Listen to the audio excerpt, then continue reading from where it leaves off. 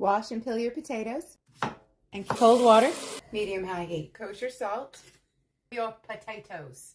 Boil them for 16 to 18 minutes or until the potatoes are fork tender.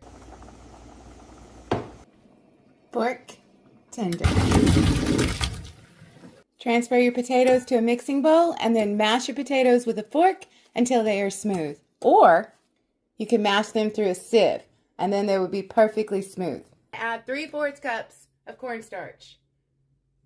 Give this a mix until a dough forms. Should feel like Play-Doh.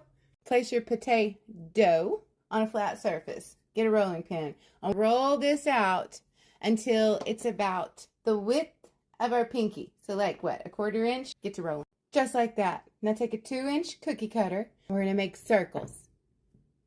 And they should come out like that. Little pucks. Keep doing it till all your dough is gone. Now place all your potato pucks on a baking dish that's been lined with wax paper.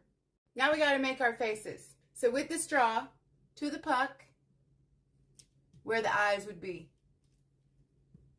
Then you take your spoon and make a smiley face.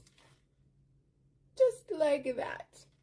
And you take your chopstick, wet it a little, and you want to open up your smile.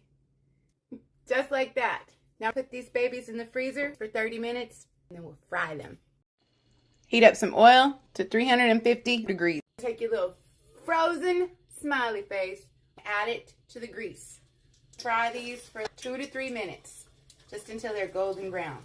We don't want to overcrowd. We just want to put a few. So maybe 4, 5, 6.